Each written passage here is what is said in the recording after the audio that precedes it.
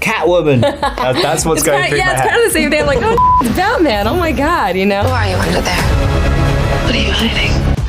How did you foster the bond between Batman and Catwoman? It just felt so easy, and she was kind of just felt so at home in the character. And even though she's saying, like, I'm almost certain she's feeling kind of just as terrified as I was. Terrified. Yeah, but it didn't look like that at all, and it made me settle into the character a little bit more as well. It just feels very correct that you're playing this part, and I'm like. And I can, I'm like in the movie being like, Catwoman. That's what's going through my head. Yeah, it's kind of the same thing. I'm like, oh, it's Batman. Oh my God, you know? A new friend of yours? I'm not so sure. How did things change once you were in your Batsuit and Catsuit? I mean, I really did forget it was Rob. Like I was, like I'm talking to Batman on a roof. This is crazy. It's so transformative. You're not, it's kind of, there's so much, the outfits are so kind of iconic, and it just, and the lighting on set, I mean, it's so beautiful in the movie, but it looked beautiful in reality. And it's also the weird thing, because we're shooting during the pandemic, a lot of the time there's hardly any crew around, and so when we're shooting like on top of a skyscraper and stuff, you're just completely alone in Gotham, and it felt like... I would look over and see your silhouette, and I was, it's just... Yeah. It's seeing Batman in real life on a roof. It's like your childhood dream, you know? The bat and the cat. It's got a nice ring. What was your first impression of the Batsuit?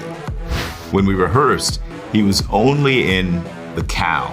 With just the cowl, I could see that he was slightly self-conscious about it. Is this going to work? And I looked and I said, interesting. And then he went back and changed, and he came out, and it was full on. He was the Batman, and it just looked right. It was great to see Rob, and stepping on the set, I remember day 2 going, okay, I'm making a Batman movie.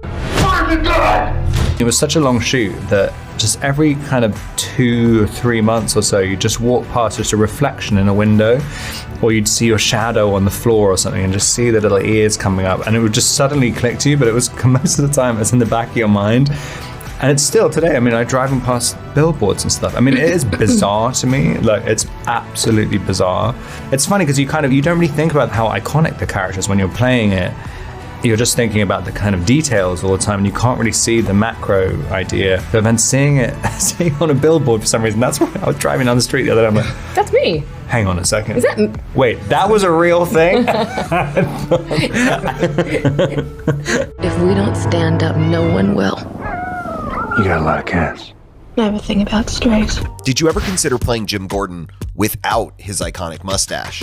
There are many opinions about this series and a lot of passion. We decided that Gordon's mustache was his version of the cowl, his version of the mask, that it did have this element to it that was defining and certainly to some degree relative to the comics iconic. So yeah, Gordon's stash stays in the picture. Any of this mean anything to you?